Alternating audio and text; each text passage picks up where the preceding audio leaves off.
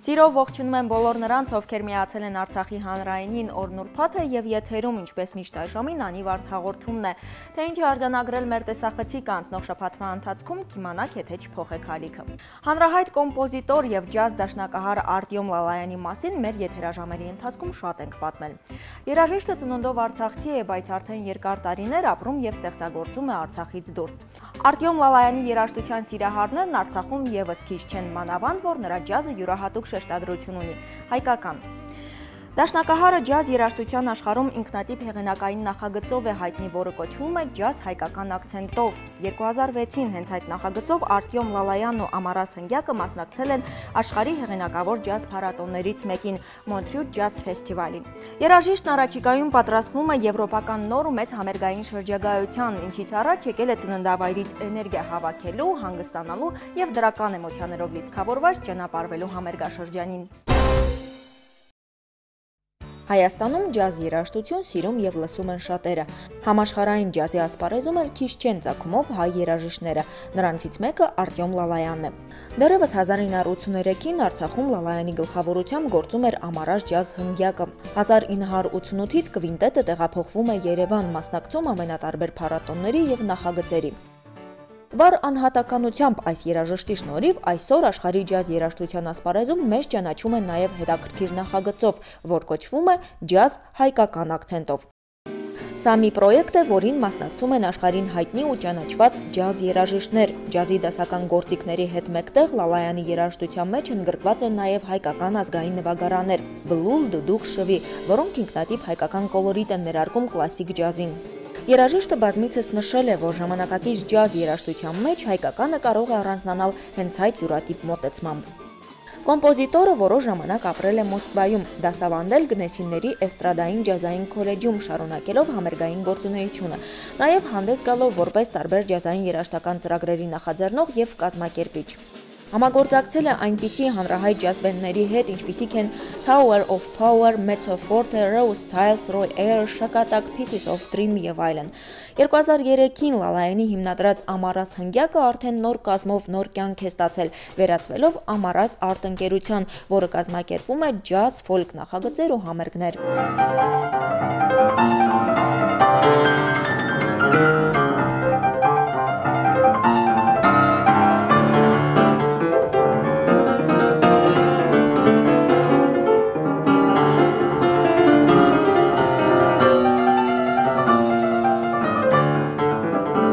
Ստեղծագործ ու բառիս լավ իմաստով անհանգիստ էություն ունեցող երաժիշտն անընդհատ նորի փնտրտուքների մեջ է։ Նրա մտորումները, զգացողություններն ու ապրումները լավագույնս տեղ են գտնում ջազային ստեղծագործությունների մեջ։ Դաշնակահարի բնութագրմամբ ջազը թռիչք է, ազատություն։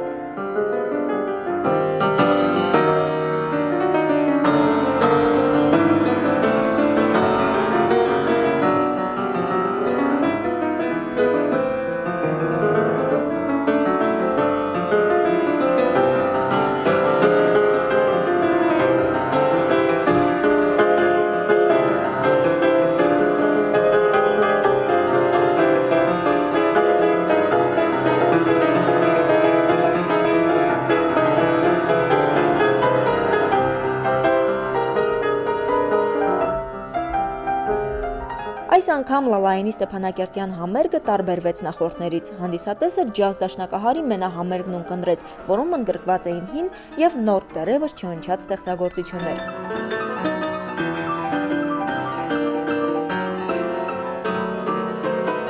Այս անգամ նախատեսվում է շատ երկար բացակայություն այստեղից, մեր երկրից։ Գնալու եմ օտար տարբեր երկրներ։ Կազմակերպիչները ցավոք սրտի մեր հայրենակիցները չեն, ինչի ցավոք սրտի, որովհետև այսօր իմ երաժշտությունը կոչվում է ջազ հայկական ակցենտով ու այստեղ կա մի հատ պարադոքս, որ այդ պրոյեկտը ավելի շատ հետաքրքրում է օտար ազգերին այսօրվա դրությամբ։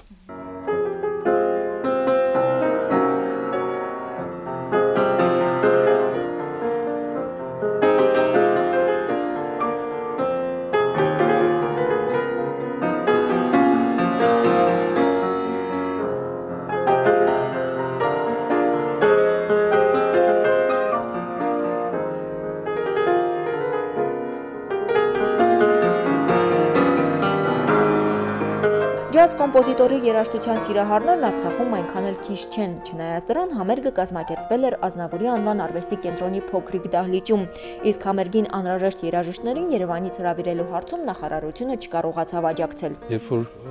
ես եմ կազմակերպիչ ներկայանում, ես փորձում եմ ամեն ինչ նախատեսել։ Երևի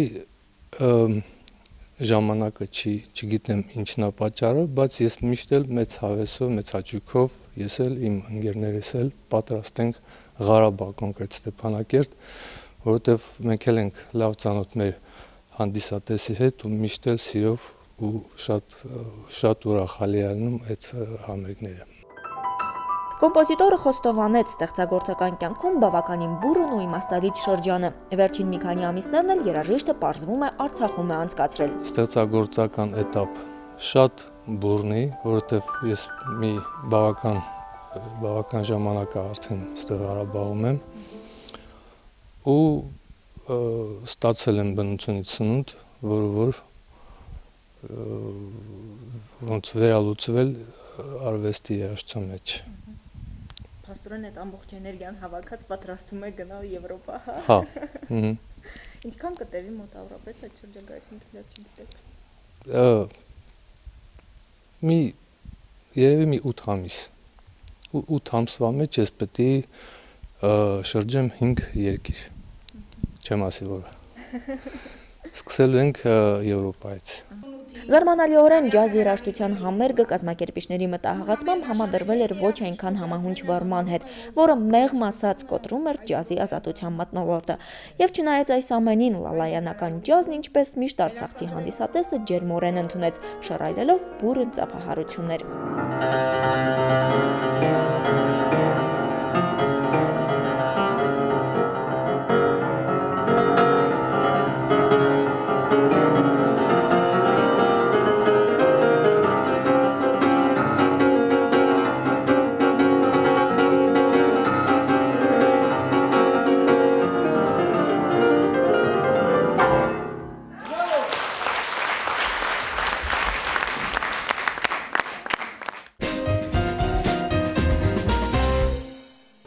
Արցախի մշակույթի և երիտասարդության հարցերի նախարարության նախաձեռնությամբ 2012 թվականին սկիզբ է դրվել նոր ու լայնամասշտաբ նախագծի, որը կոչվում է Մշակութային խաչմերուկ։ Այն մրցութային նախագիծ է հանրապետության գյուղական և քաղաքային համայնքների միջև, որը նպատակ ունի ոչ միայն աշխուժացնել շրջանային և գյուղական բնակավայրերի մշակութային առօրյան, այլև բացահայտել նոր անուններ, նաև ծանոթանալ այս ոլորտի խնդիրներին։ Նախագծի շրջանակներում յուրաքանչյուր մասնակից համայնք պետք է ներկայանա մշակութային խճանկարով, որը կունենա սյուժետային սկիզբ և վերջ և որում ընդգրկված կլինեն գեղարվեստական ինքնագործունեության գրեթե բոլոր տեսակները։ Մշակութային խաչմերուկ 2013-ի նախապատրաստական աշխատանքները սկսվել են ամիսներ առաջ, մասնակիցներն արդեն անցել են համապատասխան շրջանային նախընտրական փուլերով, իսկ օրերս ընտրված թիմերը մրցել են արդեն հանրապետական փուլում։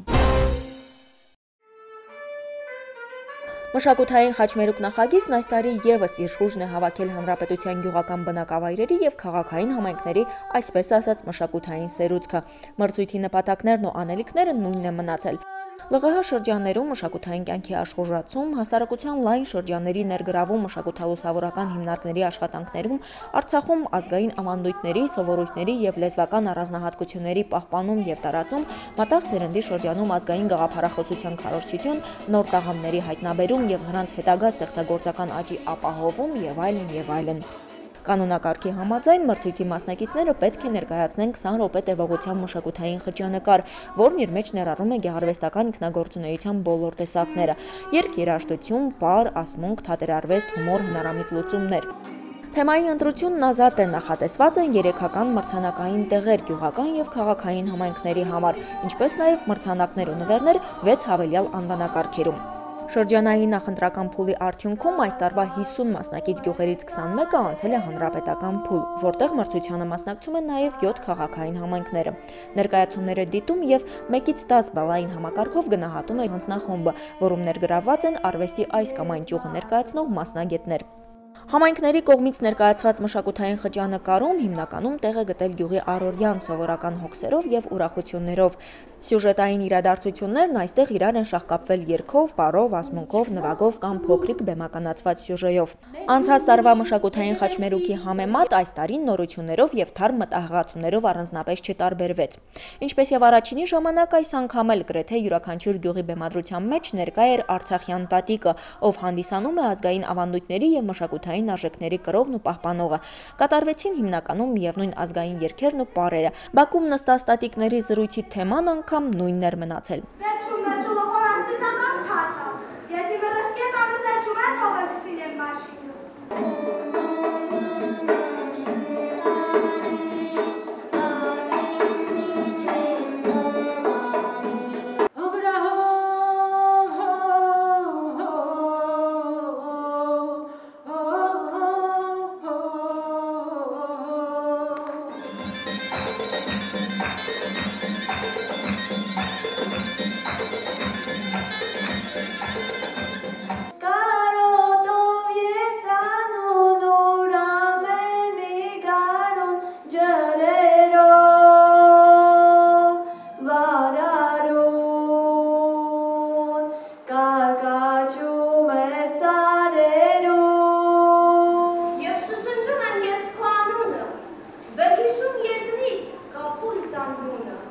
Եվ քո քերծերը, ուրցաշատ, մամրով, խորում ձորերը, տակում, սրտիս մոտ։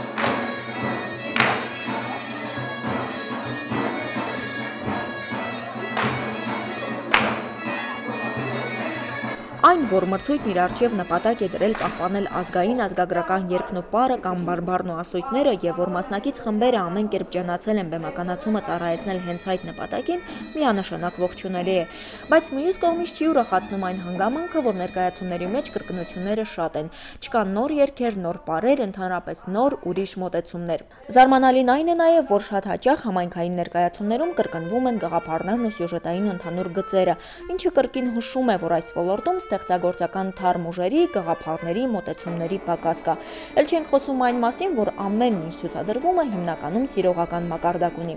Ցավալիորեն այս դիտարկումը կարելի է նաև վերագրել այն գյուղերին, որտեղ արվեստի դպրոցներ են գործում։ Սա խոսում է այն մասին, որ տեղի մասնագետները թերանում են իրենց աշխատանքում։ Անկեղծ ասած, ես զարմանում եմ մի բանից։ Այս տարի կարծեք նահանջ տարի եղավ, ավելի շուտ, քան թե աճի տարի, որովհետև աճ, որպես այդպիսին, ընդհանուր բոլոր խմբեր, ովքեր որ մասնակցում էին եւ շատ շատերը հիշվում են անցյալ տարվանից, զարմանալի կերպով ավելի իջվածքային, այսպես տպավորություն թողեցին։ Սա ասում եմ սրտի ցավով, ինչու, որովհետև սա խոսում է մի բանի մասին, որ մենք մի տարվա մեջ ինչ որ բաց թողում ենք ունեցել, որ կարողանայինք ամրագրել ձեռք բերածը եւ ավելացնել դրա վրա ինչ որ բան։ Համենայն դեպս ինձ համար շատ հոգեհարազատ է մեր գյուղերի թեկուզ խղճուկ, թեկուզ փոքրիկ, թեկուզ մի քիչ ավելի տգար վիճակով այս ներկայանալը, բայց նրանց ջանքը, եռանդը, որ անպայման ցանկություն կա մասնակցելու, բայց մի ուրախալի բան պետք է շեշտեմ, սա մշտապես մենք ասում ենք, խոսում, ես հիմա ասում եմ, բայց չգիտես ինչու մենք դա միշտ անտեսում ենք հետո կամ մոռանում ենք։ Մենք ունենք շատ հրաշալի օժտված երեխաներ, ձայն ունեցող, չտեսնված բեմական զգացողություն ունեցող, վարպետության տեսակետից բավականին այսպես ներքին ուժ ունեցող, բայց այդ անհատները հետո չգիտես ինչու կորչում են։ Մենք սրանք, սա մեր սերմն է, սերմացուն է, որ մենք այս խաչմերուկի միջոցով աշխատում ենք երևակել, Երևան բերել, հայտնաբերել, բայց հայտնաբերելուց հետո դրանց պետք է տեր կանգնել։ Պարուսույցի, երաժիշտի պակաս է զգացվում եւ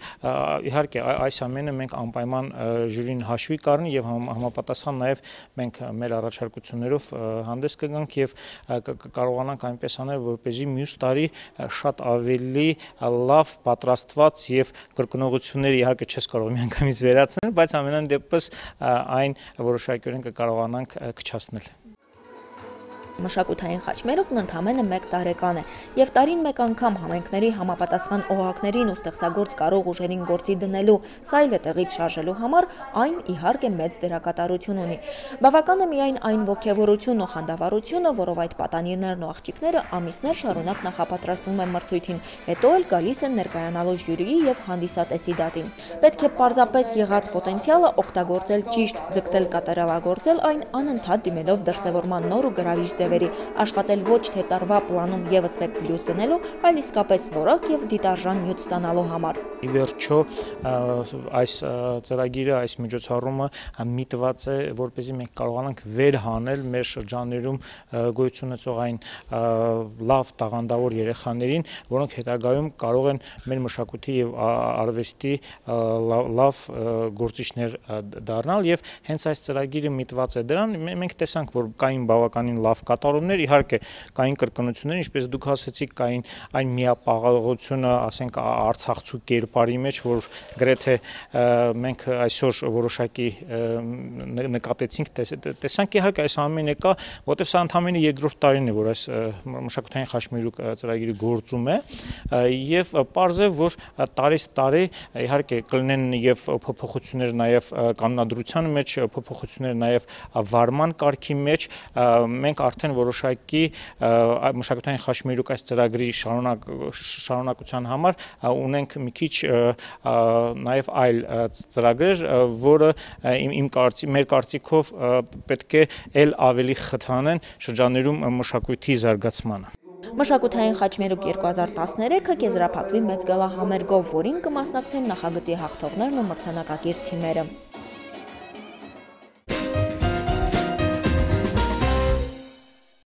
Ստեփանակերտի պետական դրամատիկ թատրոնը օրերս ներկայացավ պրեմիերայով։ Ներկայացումը կոչվում է «Սրտի հետ խաղ չենանի»։ Այն բեմադրել է հանրապետության ժողովրդական արտիստ Քաջիկ Հարությունյանը։ Բեմադրության մեջ ընդգրկված են թատրոնի ավագ եւ երիտասարդ սերնդի դերասանները։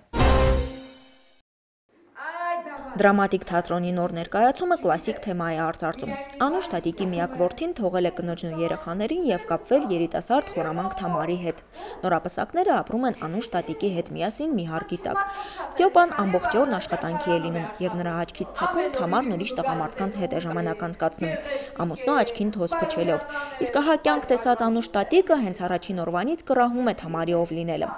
Տղայի քայքայված ընտանիքն ու անառակ հարցի ներկայացումն իր տանը ողբերգություն է Ստյոպայի մոր համար։ Այդ մասին են նրա բոլոր զրույցները Թորան եւ տղայի հետ։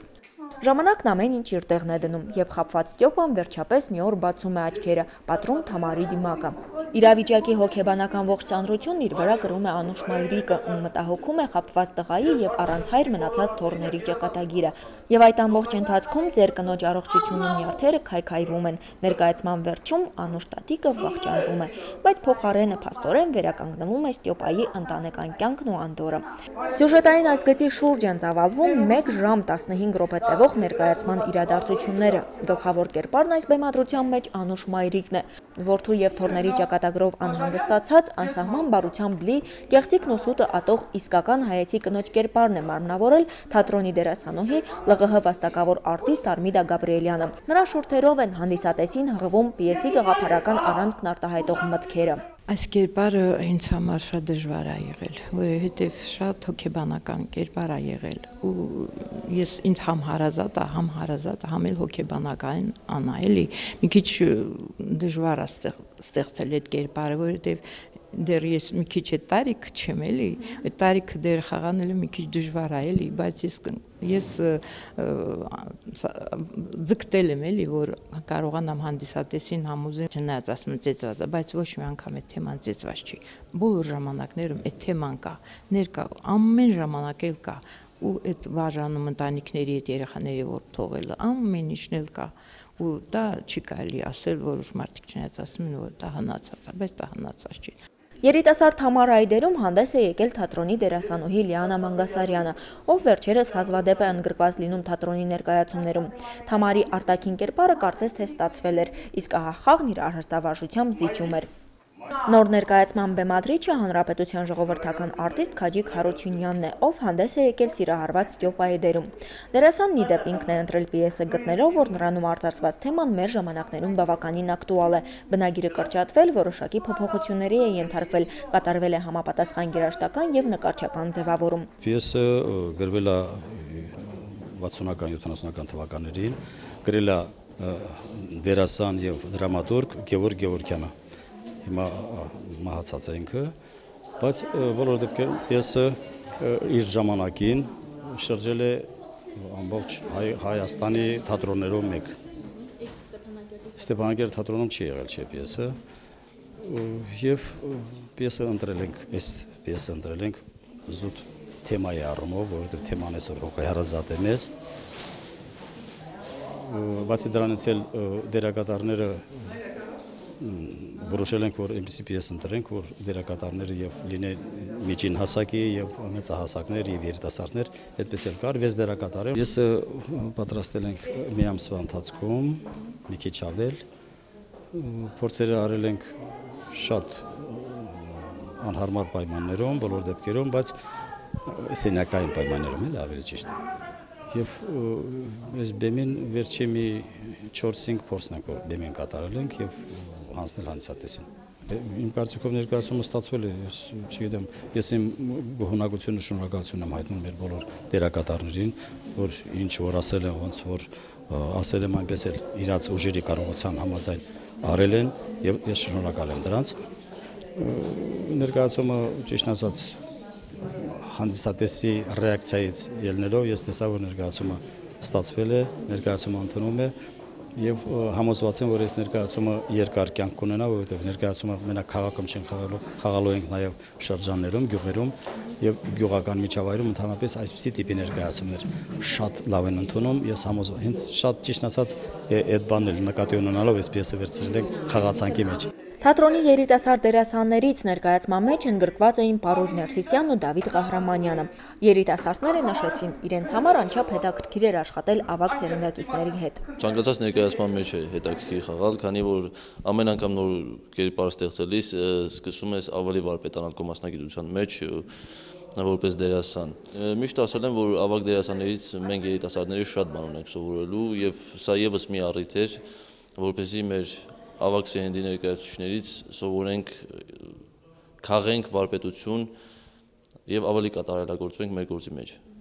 Ներկայացումն ամբողջության մեջ թե դերասանների խաղով, թե սյուժետային դասավորվածությամբ ու զարգացումներով խորհրդային ժամանակաշրջանի կնիքներ կրում իր վրա։ Կարծես թե ավագ սերնդի երանելի տարիների հանդեպ ունեցած նոստալգիան լիովին իր արտահայտությունն էր գտել այս ներկայացման մեջ։ Մի փոքր դինամիկայի եւ թեման նորովին մատուցելու պակաս էր զգացվում, ինչը երևում է պետք է հաշվի առնել, եթե գործը ժամանակակից հանդիսատեսին է վերաբերվում։ Այն, որ դերասանները շատ աշխատել են, դա միանշանակ երևում է ամբողջ ներկայացման ընթացքից, տարվել է մեծ աշխատանք, հուզիչ թեմա է, իսկապես ներկայացումը շատ հուզիչ է, եւ ինձ թվում է, որ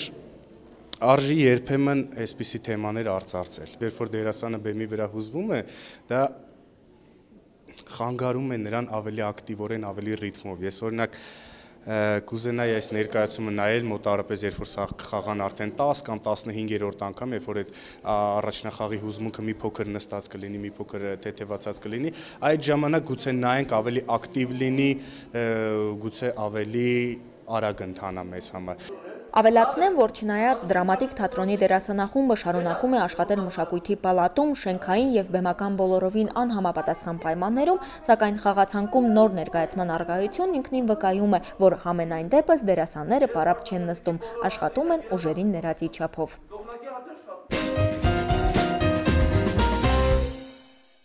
Վերջում հավելեմ նաև, որ մինչև նոր տարին պետական դրամատիկ թատրոնը կներկայանա ևս մեկ առաջնախաղով բրեմենյան երաժիշտներ, այս անգամ միայն թատրոնի երիտասարդ ուժերի մասնակցությամբ։ Իսկ այսօրվա համար այսքանը ենք նախատեսել։ Մնացեք խաղաղությամբ, բարի գիշեր։